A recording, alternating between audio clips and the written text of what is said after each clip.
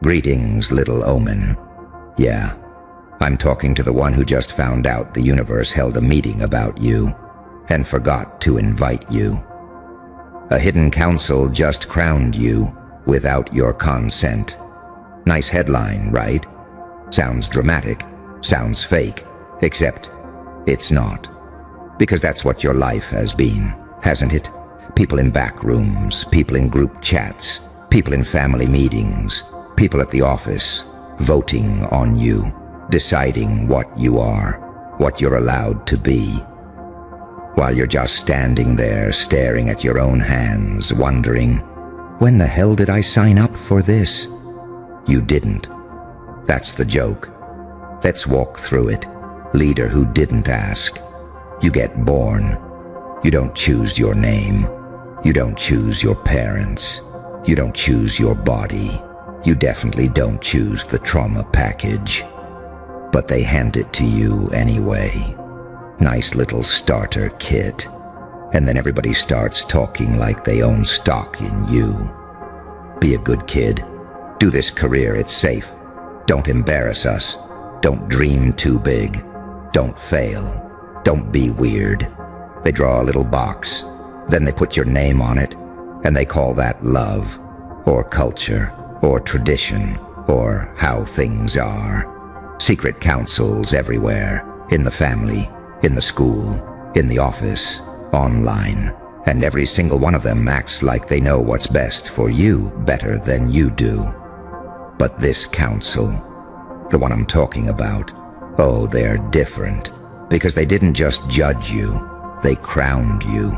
They watched you suffer. They watched you break and still show up. They watched you swallow rage that could burn cities. They watched your heart get stomped on and somehow keep beating. And they said, that one, he's the omen, a warning, a signal, a coming storm, not the hero, not the victim, the omen, the problem, the glitch in the script, the living, breathing, this cannot go on like this. You feel that in your chest, don't you? That pressure, that buzzing, that anger that doesn't know where to go, that sense that you're not just another person in the crowd, no matter how hard you try to pretend, because you are not just another. You're the result. Let me tell you why they didn't ask for your consent. Because if they asked, you would have said no.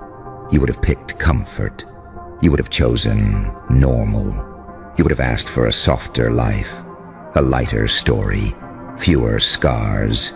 You'd have said, give me peace, not purpose, please. And they looked at your file and just laughed. They saw the nights you couldn't sleep, the days you couldn't get out of bed, the times you dragged yourself through hell, and no one clapped, no one noticed, no one cared. They saw how you survived things that should have broken you, how you held in screams because you didn't want to scare anyone, how you kept your mouth shut to keep the peace. And they realized something you keep trying to ignore. You don't break. You bend. You bleed. You fall apart. But you don't stay down. And that's terrifying. Because a person who doesn't stay down, that's not just a person. That's an omen. Look at your life. Tell me I'm wrong. You've been underestimated your whole existence. People talk over you. People talk about you. People use you as the reliable one, the quiet one, the strong one. You carry their chaos like it's your job. When was the last time anyone asked, hey, what do you want? And actually meant it? Instead, they assign you roles. The good son, the good daughter, the employee who never complains, the friend who always listens, the partner who forgives everything. You weren't living. You were being managed, like a product, like a resource, like a tool. And deep down, a part of you started rotting because you knew this isn't it. This isn't all I am. But you didn't know what to do about it, did you? So the council decided, if you won't step into who you are willingly, They'll drag you into it. They'll put a crown on the very head they tried to bow. They'll name you the omen that announces the end of the old story. Not because you're ready, not because you feel confident, not because you have everything figured out. They crowned you because your pain has matured. Your wounds have turned into eyes. You see everything now, the hypocrisy, the manipulation, the quiet betrayals, the fake smiles. You see the game, and once you see the game, you can't unsee it. That's why you were chosen, not for your perfection, but for your awareness. You think being chosen means being adored. No. Being chosen means being inconvenient.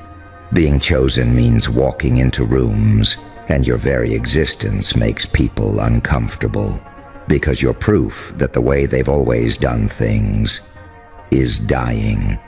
You are the notification that their favorite illusion is expiring.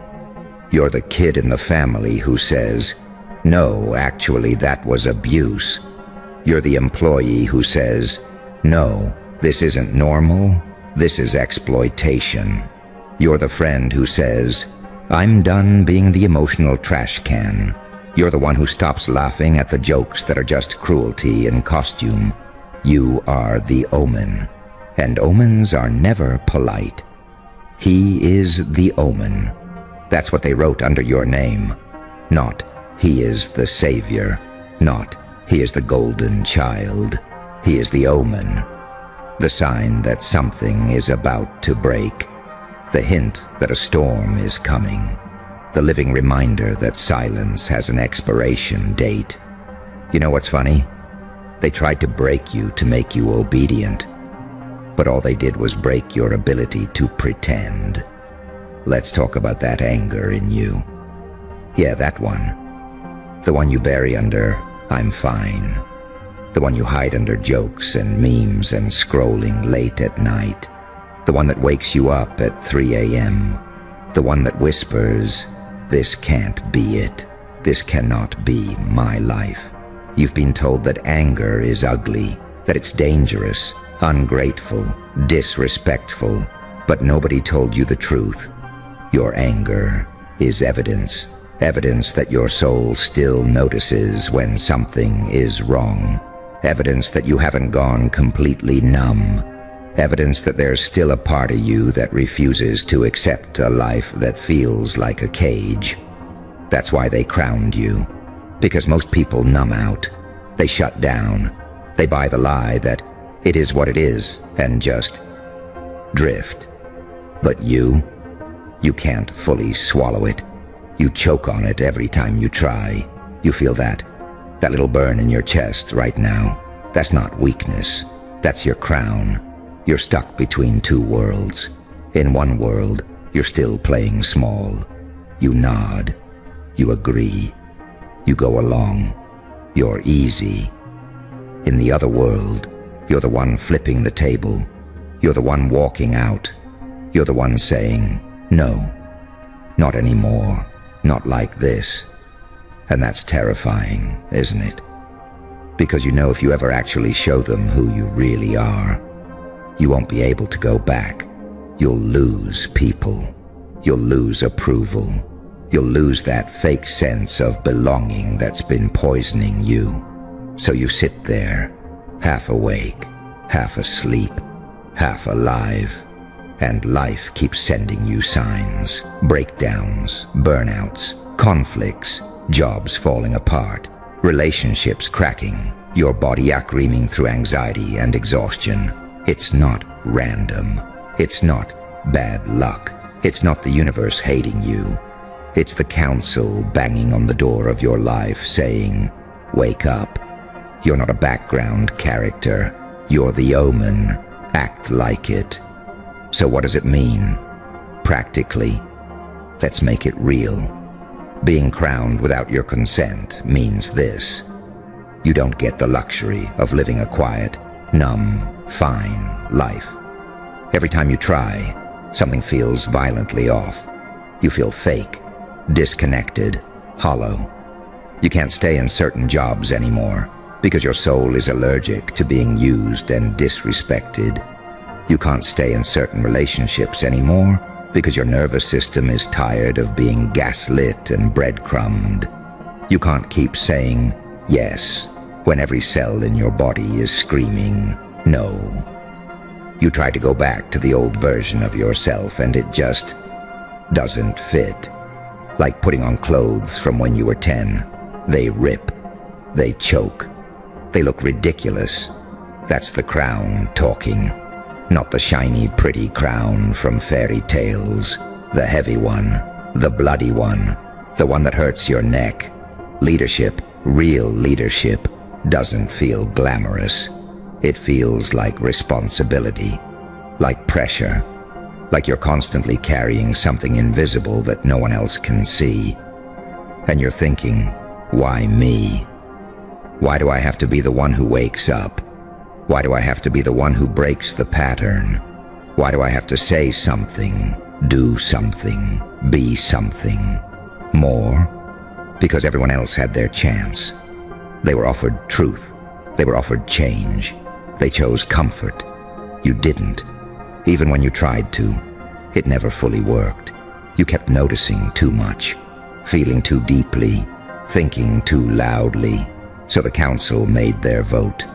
Not with ballots, with patterns, with the fact that you keep surviving what should have destroyed you, with the way you keep getting back up, with the way you carry guilt and pain and still care about people. They saw all of it, and they said, he can handle the weight of being the omen. Not because it's fair, not because it's nice, because it's necessary. Let's talk about the word omen for a second. People hear it and think, oh, bad luck, something scary. But an omen is just a message, a sign that something is coming, a pattern that can't be ignored anymore. You're that message. You walk into a room and you are living proof that you can go through hell and still care. You can be betrayed and still love. You can be underestimated and still rise. You can be hurt and still refuse to become cruel. That combination, that's rare, that's dangerous, because a person like that doesn't just survive systems, they expose them. Your existence calls out every fake thing around you. Fake respect, fake loyalty, fake love, fake morality. You're the person who makes others see what they tried to ignore. Maybe you do it with words, maybe with art, maybe with your work ethic, maybe just with your presence and your refusal to play dumb. But you do it. You think you're nothing special. You think you're just trying to get through the day. You have no idea how loud you are, just by being honest that you're not okay with this. And here's the part that stings. Being the omen means you won't be understood by most people. They'll say you're too intense, too emotional, too dramatic, too negative, too serious, too much. They'll project their fear onto you, because every time you question something, it forces them to look at their own cowardice, and people would rather call you crazy than admit they're scared. So they'll call you the problem, the one who changed, the one who thinks he's better now, the one who doesn't know his place. And all the while, you'll be feeling guilty for wanting a life that doesn't kill you slowly. That's the weight of the crown. It's not about being worshipped. It's about being responsible for not betraying yourself anymore. Let's zoom all the way in. Right now, there are decisions you're avoiding, conversations you're dodging, truths you're swallowing, moves you're too scared to make. You tell yourself timing. You tell yourself not ready. You tell yourself maybe later. But here's the ugly truth. The longer you wait, the heavier the crown gets. The more your body starts to scream, the more your mind starts to crack, the more your soul starts to shut down. You think staying quiet keeps you safe. It doesn't. It just slowly kills you from the inside out. You think delaying your power will somehow give you a smoother path. It won't. It just lets other people keep using the old version of you. A hidden council already voted, reality already decided, your pain already testified on your behalf. This one is not meant for a small life. So the question is no longer, am I chosen? The question is, what am I going to do about it? You want practical? Good. Here's what stepping into that unwanted crown looks like in real life. It looks like finally saying no and letting people be upset and not apologizing for it. It looks like leaving that job that's draining your soul, even if your bank account is shaking and your family doesn't get it. Not recklessly, but honestly. It looks like ending the relationship where you are tolerated, not cherished, where you're convenient, not seen. It looks like turning your pain into work, into art, into projects, taking every scar and saying, okay, if I had to endure this, I'm not wasting it.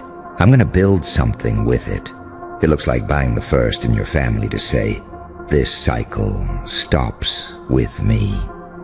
The screaming, the hiding, the pretending, the silence, it ends here.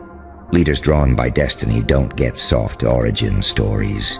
They get fire, they get chaos, they get nights that feel like they're being erased from the inside. You know those nights, and you're still here. That's not normal. That's not meh. That's not whatever. That's supernatural stamina. That's why you're frightening. Because you didn't just survive the storm. The storm lives in you now. And if you ever stop apologizing for existing, if you ever stop shrinking to make others comfortable, you will change your world. Not the whole planet, but your world. And that's enough. Let's be very clear. No one is coming to hand you a microphone and say, speak your truth, we're all ready. No one is going to walk into your room and say, hey, we've decided you're allowed to dream now. No one is going to look you in the eye and say, you've done enough people-pleasing, now it's your turn. They won't, because the system that benefits from your silence will never fund your awakening. That's why the council had to be hidden. It couldn't be the people you know. It couldn't be the family that needs you weak. It couldn't be the boss that needs you afraid. It couldn't be the friends that only like the version of you that never says no. The real vote was taken by something bigger. Call it God. Call it fate. Call it the universe. Call it chaos. Whatever name you give it, the result is the same. You've been crowned by your own survival. You earned your throne in every moment you wanted to disappear but didn't. In every moment you chose not to become as cruel as what hurt you. In every moment you cared when you had every excuse to stop caring. They saw that. They said, that's the one. So here you are, head buzzing, heart heavy, a crown you never asked for, digging into your skull. You can do two things with this. Option 1, deny it. Keep pretending you're just like everyone else. Keep saying, it's not that deep. Keep laughing off your own calling like it's some cringe idea you saw on a motivational reel. You'll get to keep your excuses. You'll get to stay relatable. You'll get to stay small. And you'll slowly, quietly lose yourself. Option 2, accept it. Accept that your life is not going to be simple. Accept that your path will look weird to other people. Accept that you will be misunderstood, judged, maybe even hated, for daring to lead your own life instead of letting them script it. Accept that you are the omen, that when you walk into a room you carry a message. This way of living, lying, hiding, shrinking, has an expiration date. I am that date. You don't have to know every step. You don't have to be fearless. You just have to stop pretending you're powerless. Because you're not. If you were weak,